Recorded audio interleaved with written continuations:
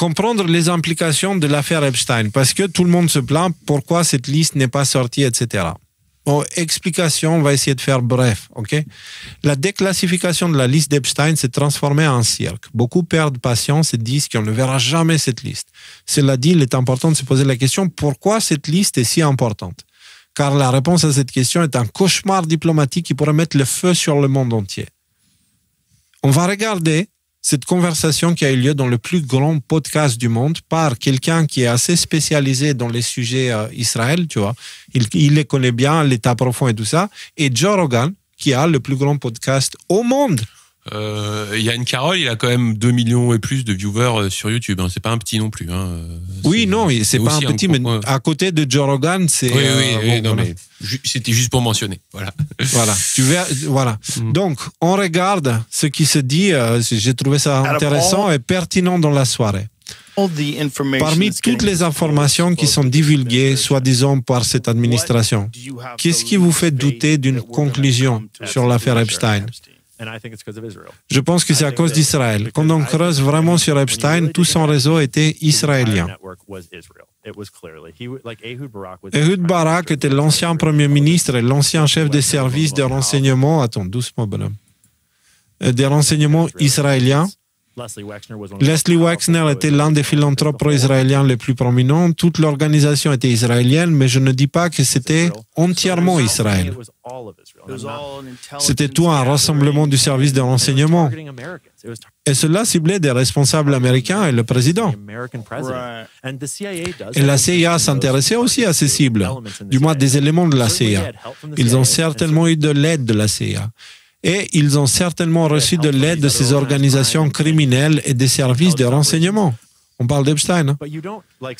Par exemple, Don Bongino, le nouveau directeur adjoint du FBI, il y a ce clip qui a fait le tour du web où il explique qu'il avait une source en qui il avait profondément confiance.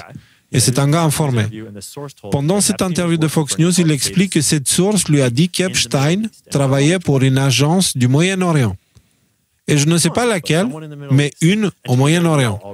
Pour être honnête, nous savions déjà pour qui il travaillait, du moins je le pense. En fait, il doit avoir le même... Il n'obtiendra pas ce poste s'il disait Israël. En gros, Don Bongino, s'il disait que Epstein travaillait pour Israël, il n'aurait pas eu le poste de... Il est dans le FBI là, en ce moment. Parce que Israël a tellement de contrôle sur notre gouvernement. Putain, il parle vite. Sur notre gouvernement en ce moment. Et je ne dis pas que tous les Juifs sont impliqués, soyons clairs. Et toi, Joe, tu ne dis pas ça non plus. Clairement pas, il dit Joe Rogan. Le gouvernement israélien est aussi vulnérable à l'effet de l'État profond que les USA. Ce qu'on dit depuis le début. Mais je dirais que le gouvernement d'Israël est bien... est bien plus vulnérable à cause des personnes qui ont fondé Israël et de la manière dont il a été fondé. Il a été fondé à une époque moderne, bien plus récente. C'était une fondation révolutionnaire. Et je peux tout à fait comprendre le désir des Juifs d'avoir cet État. Mais à cause de la manière dont cela s'est fait, les personnes qui ont fondé Israël étaient un groupe de figures du crime organisé américain. La mafia juive qui fournissait de l'argent et facilitait le trafic d'armes pour les obtenir là-bas, car ils avaient besoin d'armes. Donc, quand il dit juifs, rappelez-vous ce qu'on a dit, les crypto-juifs, donc ce sont des juifs qui ont été carrément excommuniés du judaïsme, en fait. Voilà, c'était important de le dire, on a parlé de ça. C'était les banquiers Rothschild, on a parlé même la semaine dernière, les barons voleurs en fait. C'était les banquiers Rothschild qui ont envoyé un tas d'argent et ont obtenu la déclaration en premier lieu de la création d'Israël.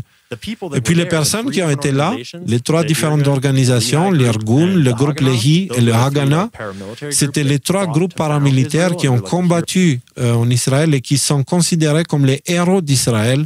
Ce que je comprends. Mais quand Israël a été fondé, Ils ont officiellement désigné l'Irgun et le Lehi comme des organisations terroristes parce qu'ils avaient bombardé des civils. Le premier acte de terrorisme officiel avant qu'ils ne changent la définition. C'est important de voir que la définition moderne du terrorisme trouve ses origines dans des opérations d'Israël. Voilà. Donc, c'était le bombardement de l'hôtel King David, où ces terroristes du Lehi et d'Irgun, ainsi que d'autres, l'un d'eux qui a planifié ce bombardement est devenu plus tard le premier ministre d'Israël. Ils bombardaient des civils. Quand ce sont les groupes qui se battent pour fonder cette nation, même si tous les Juifs là-bas sont des gens merveilleux, la direction est composée de personnes profondément corrompues depuis toujours. Et donc vous obtenez ce terrain fertile pour que ce genre d'effets d'État profond prennent le pouvoir. Quand vous commencez à rechercher les chefs d'État d'Israël au fil de l'histoire, vous réalisez qu'un bon nombre d'entre eux étaient dans ces groupes terroristes et commis ces actes. Et ils ont fait des choses horribles parce qu'ils étaient au sommet de cette organisation militaire. Ces organisations terroristes se sont reformées pour former les forces israéliennes. IDF. Voilà. Et ce qui est intéressant, dit Joe Rogan, c'est que maintenant, on peut en parler. Après les attaques du 7 octobre et après Gaza, je pense que l'influence israélienne et qui les a longtemps soutenus et a été essentielle à leur survie, est devenue nuisible pour la foi juive en général, et Jeffrey Epstein en est l'exemple parfait. Epstein était le trafiquant sexuel le plus prolifique et le plus malfaisant que nous ayons connu jusqu'à présent.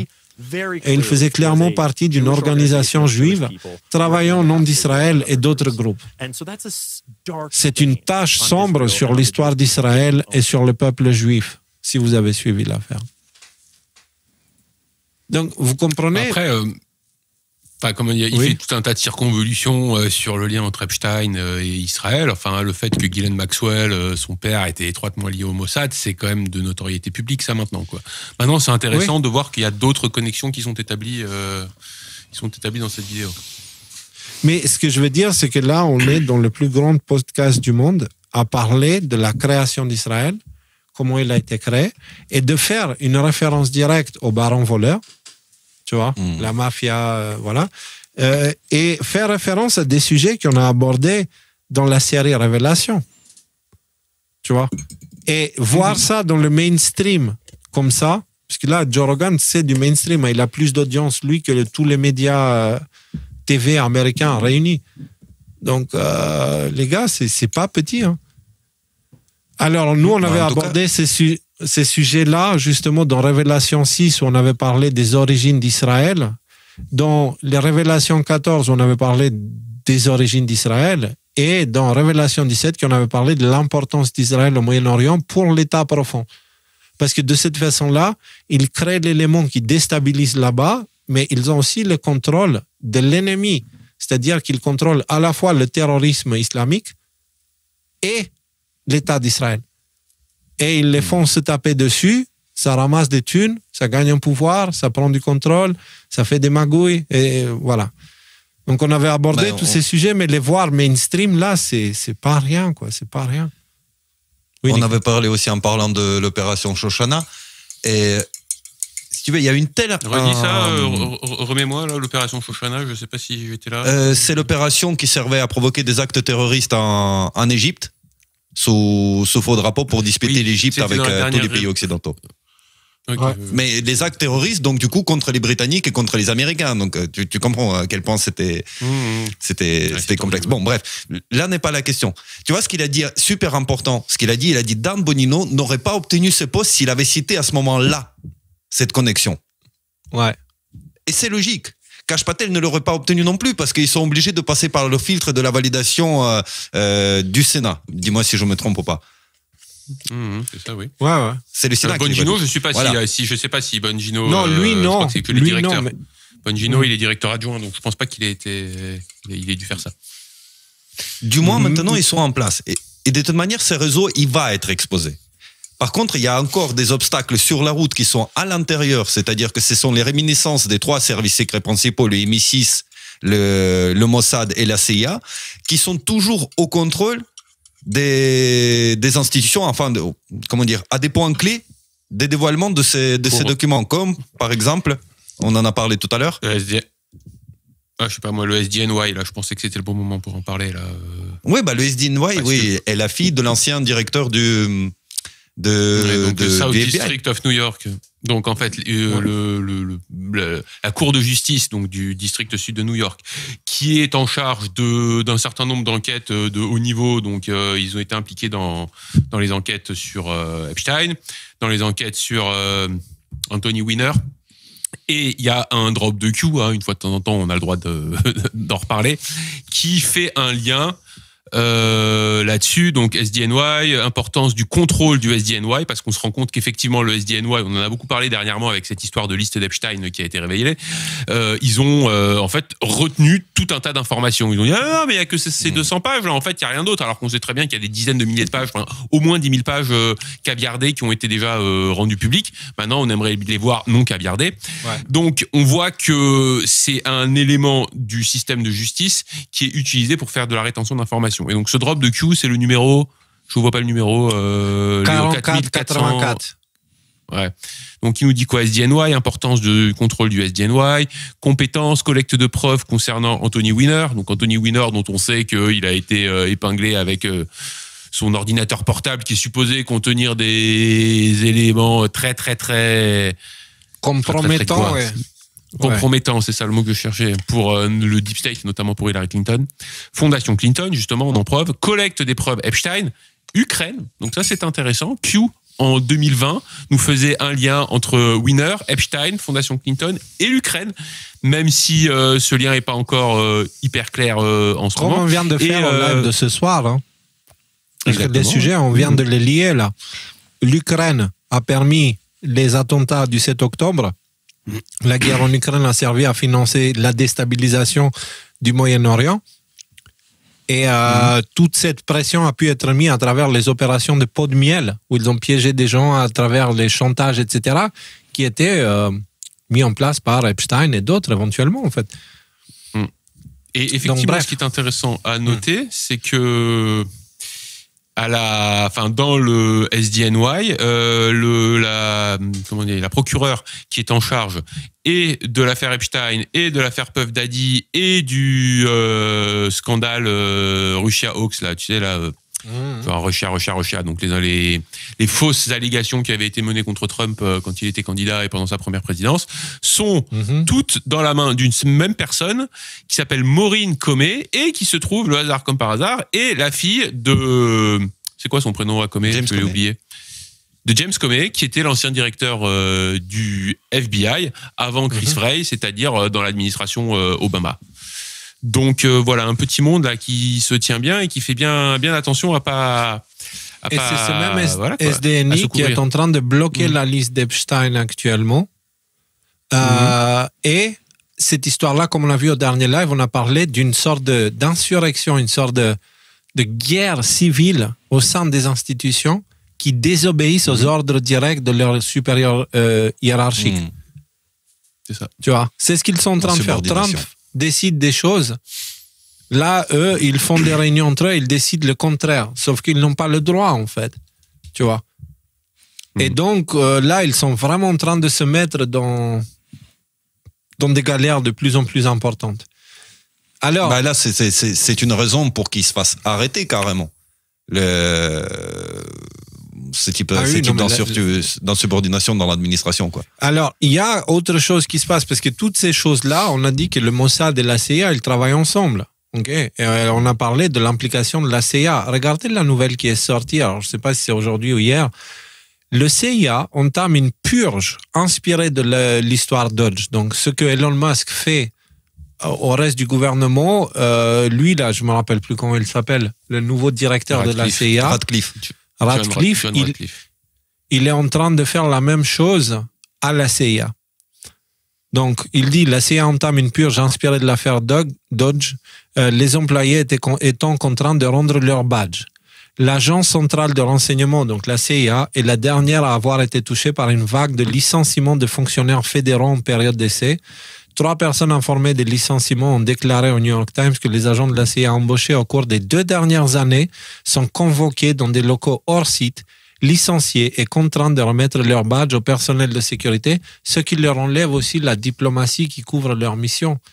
Tu sais, genre l'impunité, en fait, de toutes les saloperies qu'ils font dans leur mission. Après, le fait que ce soit des jeunes agents, est-ce que c'est forcément quelque chose qu'il faut provoquer de l'aide? De 2 ans, c'est-à-dire que ce sont ceux qui ont été pris ces derniers temps pour organiser des choses de ces derniers temps. Ils commencent par les plus apparents. Si ils commencent, ouais, c'est le début. Ouais. Les plus, et du moins les moins ancrés, en fait. Alors, pour conclure... Juste pour revenir sur ce que tu disais, juste Nico, tu sais, sur le fait que oui, peut-être qu'il y a des insubordinations et tout ça, c'est vrai. Après, peut-être que tu peux les virer, mais en ce moment, on voit aussi cette espèce de phénomène où il y a tout un tas de juges, la plupart du temps, c'est des juges qui ont été nommés par les Obama et les Biden et compagnie, qui font obstruction à ça et qui te disent ah non, là, la décision que Trump t'a pris là, hop, moi j'interdis de faire ça et je juge que c'est pas possible et que donc en fait tout ce que t'as décidé de faire, t'as pas le droit de le faire. Et donc là, il y a des batailles juridiques qui s'en poursuivent. Et juste, je prends une seconde pour vous raconter la dernière qui m'a bien fait sourire. Trump a dit ouais, on vous enlève toutes les cartes de crédit à je sais plus quel département. Le juge il a dit non, vous n'avez pas le droit d'enlever les cartes de crédit. Trump il a dit d'accord, on vous laisse les cartes de crédit, par contre maintenant on met un plafond à $1. Et donc maintenant il y a plein de cartes de crédit qui sont plafonnées à $1 de dépenses. On va contourner. Alors, moi je vais donner une conclusion et vous me dites ce que vous en pensez.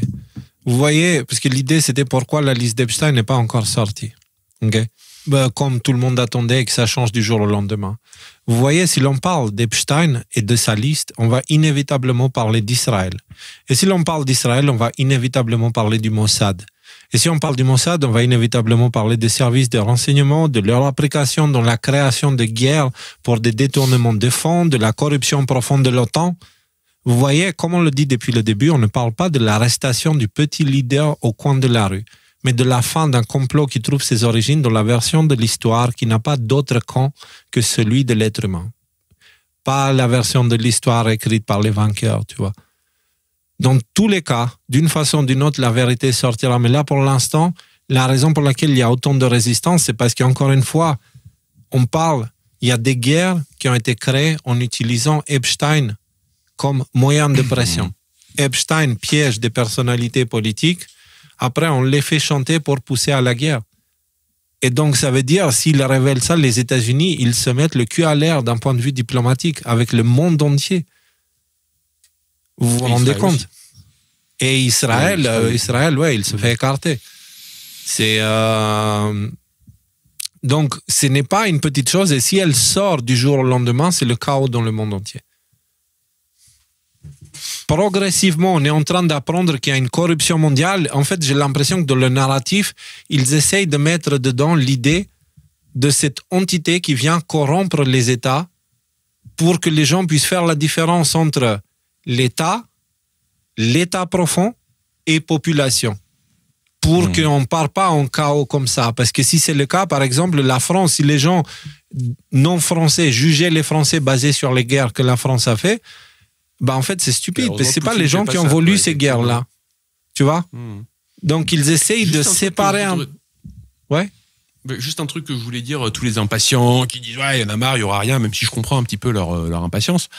Ça fait 1 mois et demi qu'il est président, Trump.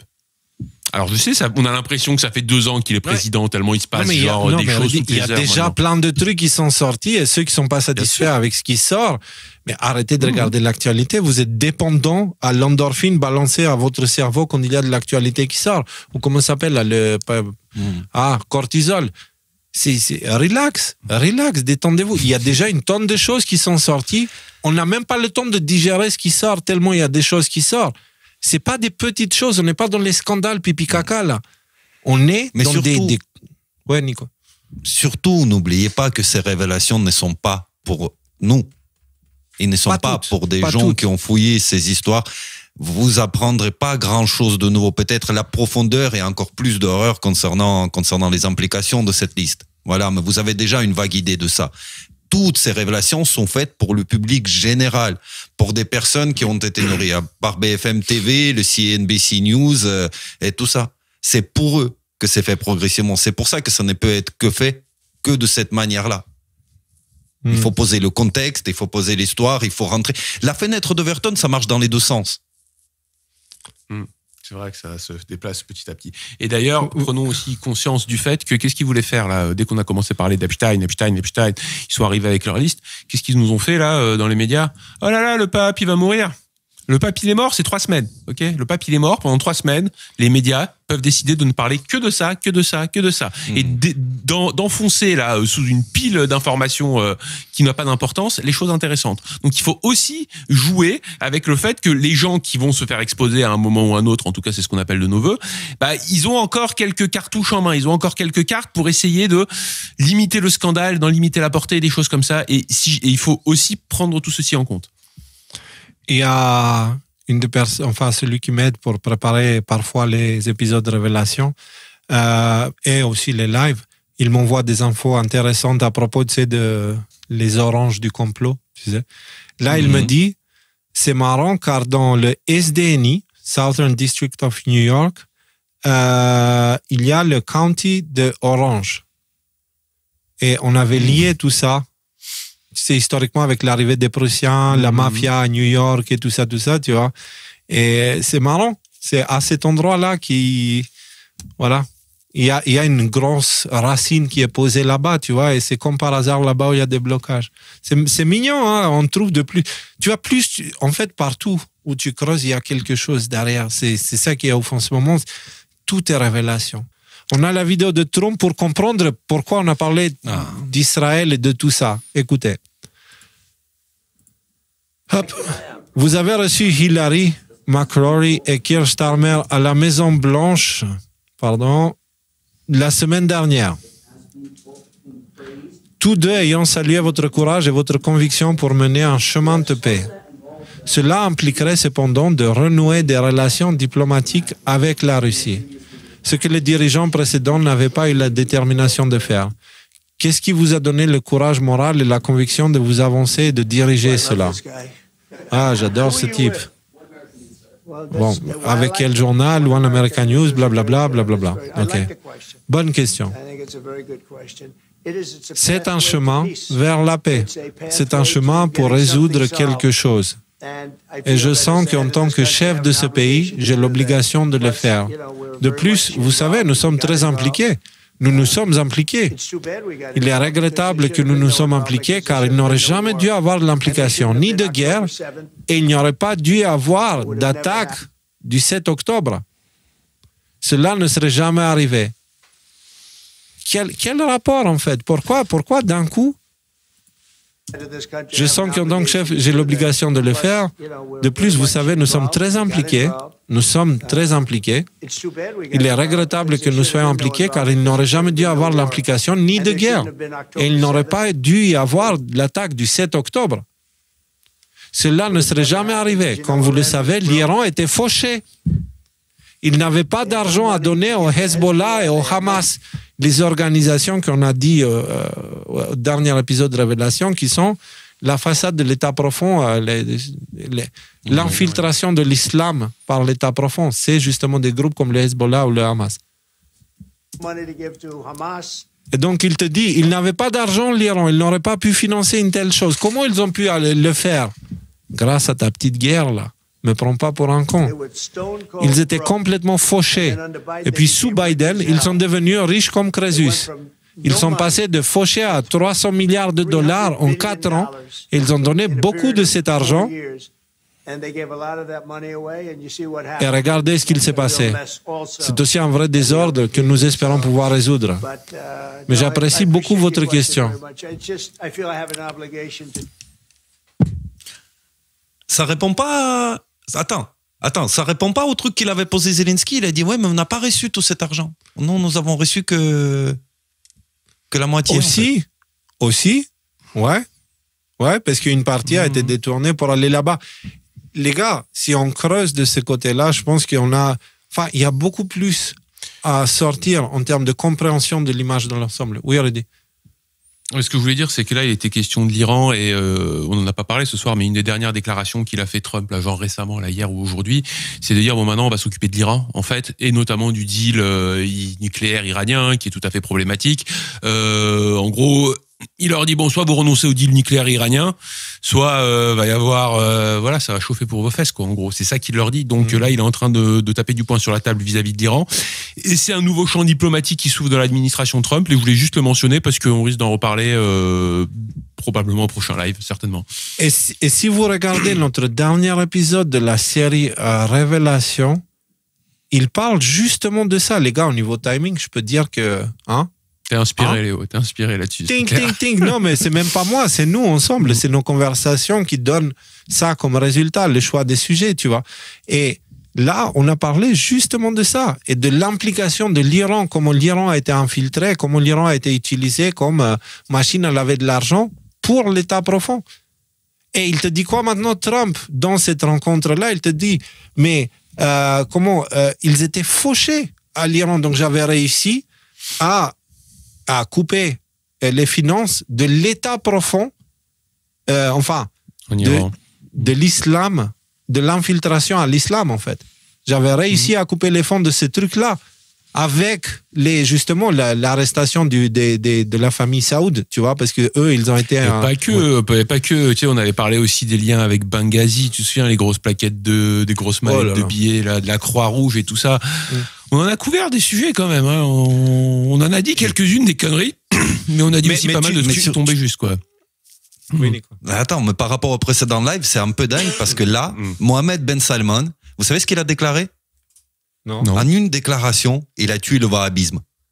Il a dit quoi? Personne ne doit se permettre d'interpréter le Coran pour les autres. Et il a dit l'islam, c'est la relation entre l'individu et le Dieu. Il tue le wahhabisme. C'est-à-dire qu'il tue cette école. Là, il a dit là. Il a dit là, c'est Idrissa Berkane qui l'a relayé. Et c'est énorme parce que le wahhabisme, c'était un truc extrêmement sectaire, extrêmement, tu vois, la lecture littérale du Coran seulement par des mecs qui sont autorisés à l'interpréter, machin, etc. Pour tous les autres, mais c'est énorme. Je veux dire, spirituellement et religieusement, c'est une révolution pour l'Arabie Saoudite, ce genre de déclaration. Et vous voulez savoir une autre déclaration que je trouve rigolote? Regardez l'autre, le Trudeau, là. Donc, je remets le volume. Personne au Canada devrait avoir peur de se proclamer sioniste. Je suis sioniste.